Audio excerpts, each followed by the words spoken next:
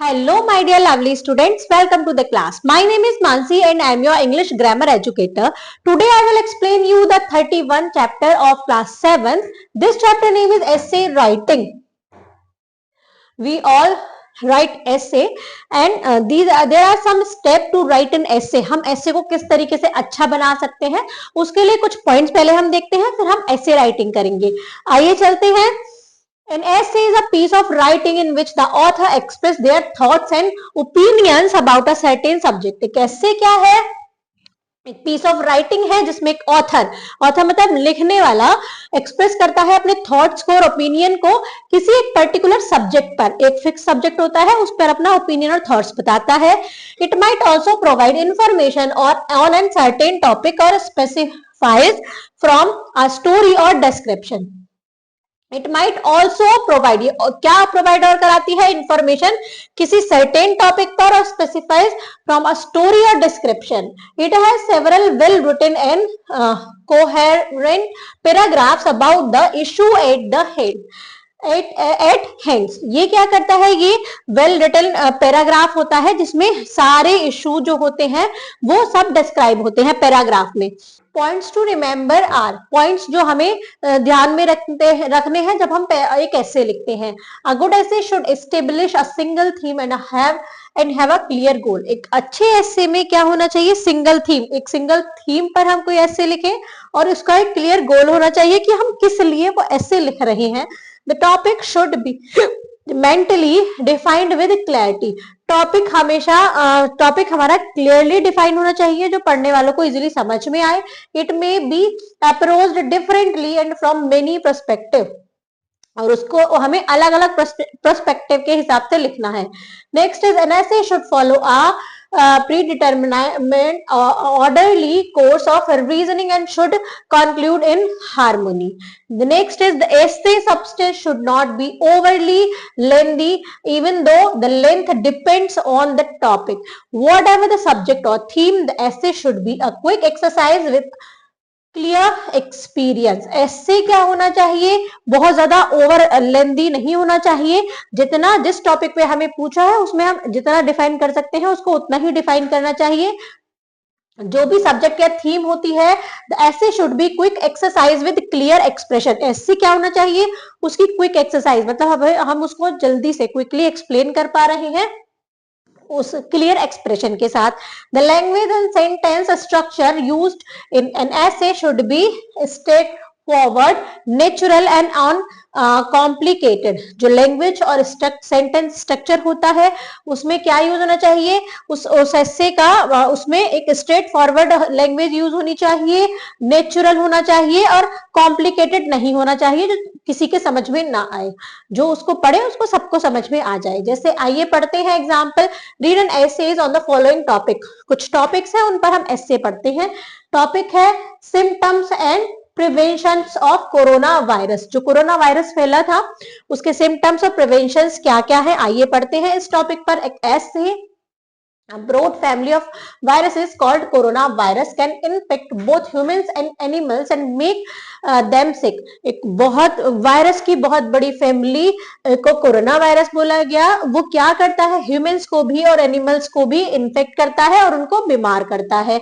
Different corona viruses have been linked to respiratory infection in human including everything from the common cold to more serious illness.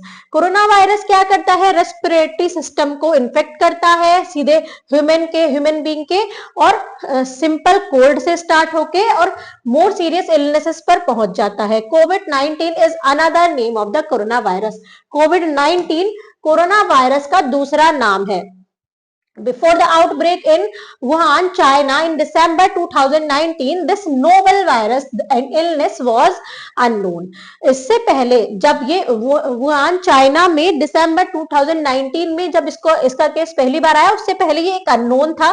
को stand for corona and vi stand for virus. Co का मतलब corona और vi stand for virus. An infection diseases in coronavirus ये क्या है, infectious diseases है. Millions of lives have been lost all around the world. The governments are making every effort to reduce both the death rate and this sickness. क्या हुआ था जब ये जिस टाइम पर फैला था, तो गवर्नमेंट अपना पूरा एफर्ट लगा रही थी कि वो डेथ रेट को कम कर पाए और इसकी बीमारी इस बीमारी से बच के निकाल सके. One of the preventive measures they took to step the spread of कोविड-19 was a complete lockdown in each of their separate nation.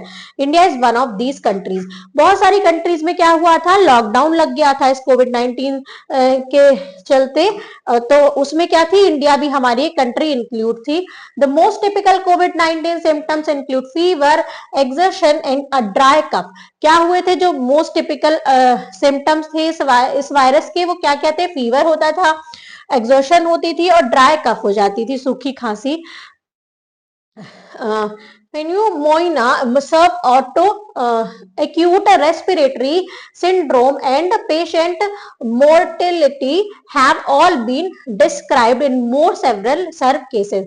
Fortunately, because of the diligent work of scientists, we have found a coronavirus vaccine that can be used to cure or prevent the diseases. बहुत सारे मतलब हम ये भगवान का शुक्र है कि हमें क्या हुआ, बहुत सारे साइंटिस्ट को बहुत मेहनत करने के बाद कोरोना वायरस की वैक्सीन मिल गई जिससे हम इस बीमारी से बच सके.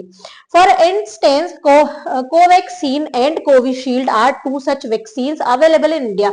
इंडिया में कौन कौन सी वैक्सीन अवेलेबल थी, कोवैक्सीन और कोविशील्ड वैक्सीन, दो ऐसी वैक्सीन थी जो इंडिया में अवेलेबल है. Millions of Indians have received these two vaccination. बहुत सारे इंडियंस को ये दोनों वैक्सीन रिसीव हुई. But children are not to intended audience. लेकिन पहले ये बच्चों को नहीं लगी थी, चिल्ड्रन इसमें नहीं थे. Covaxin and Covishield have only be given to patient who are 18 years of age or older. जो लोग 18 साल या उससे ज्यादा थे उन्हीं को ये दोनों वैक्सीन, उन्हीं पेशेंट को ये दोनों वैक्सीन मिली थी. There is still a danger of contracting infection even after taking these two doses. इन दोनों दो डोजेज लेने के बाद भी क्या था, इसका रिस्क था, डेंजर थे कि ये वाला वायरस फैल सकता है, अभी भी डेंजरस है कि ये वायरस फिर से हो सकता है. As a result we must implement the following precautionary action.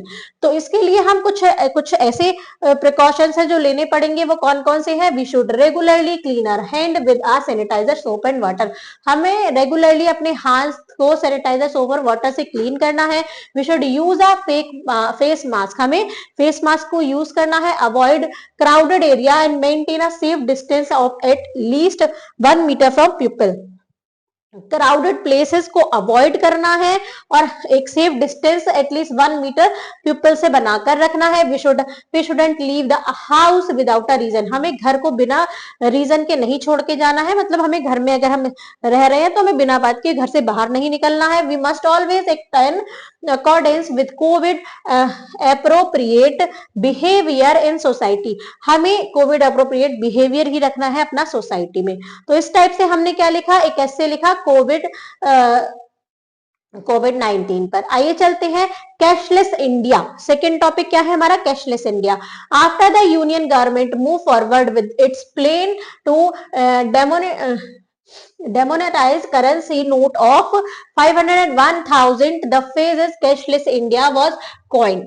At first it drew harsh criticism since consumers had a difficult time exchanging old currency or withdrawing money from their bank account. The government critics content that advanced plans should have been developed to assist the population in coping with a cash shortage following these shift towards a cashless India. Additionally, sufficient security measures are needed to protect online transactions from fraud, which is a major problem in India. The critics also claim that many individuals lost their lives and their jobs as a result of the market's lack of the necessary cash flow, preventing a dreadful picture of India being cashless after demonetization. Now, though the country has seen a rise in cashless transaction through the digital medium since the demonetization of the 500 and 1000 currency note, whether it be though credit or debit cards or mobile phone applications, someday a beginning must be made. People's attitudes towards safe, simple, convenient, and transparent digital method of financial transactions have fundamentally changed in recent years. Black money and fake currency have no place in a cashless India. Cashless India क्या होता है कि जो हम अपनी सारी जो हम अपने सारे क्रेडिट और डेबिट या फिर हम किसी को पे कर रहे हैं, किसी से रिसीव कर रहे हैं, तो हम क्या करें, एप्लीकेशंस के थ्रू करें, फोन के में एप्लीकेशंस के थ्रू। तो इससे क्या हुआ है कि कैशलेस इंडिया क्या बना है, हमारा कैशलेस इंडिया बना है कि हम बिना कैश लिए भी बहुत सारी चीजों में हम पे कर सकते हैं, और उसका सारा डेटा क्या होता है, गवर्नमेंट के पास होता है, जिससे कि कोई ब्लैक मनी और फेक करेंसी का भी यूज नहीं कर सकता। आइए चलते हैं, right an essay on the following topic. यहाँ पर कुछ टॉपिक दिए गए हैं जिसमें आपको कुछ ऐसे लिखने हैं। शुड प्लास्टिक बी बैंड, क्या प्लास्टिक को बैन होना चाहिए, ये पहला टॉपिक है, तो आपको अपने व्यूज लिखने हैं, ऐसे लिखना है इस पॉइंट के ऊपर। सेकेंड है pollution due to urbanisation. Next है education should be free, education free होनी चाहिए। Should students get across to the internet, selling tobacco should be banned. तो ये सारे 5 टॉपिक हैं, इनको आपको अपनी लैंग्वेज में जो मैंने पॉइंट्स आपको बताए हैं कि क्या क्या रिमेंबर रखने हैं अपने को, आपको एक ऐसे लिखने में क्या क्या चीजें याद करके और उसको ये पॉइंट को एसओ में ऐसे में कन्वर्ट करना है। Thank you students.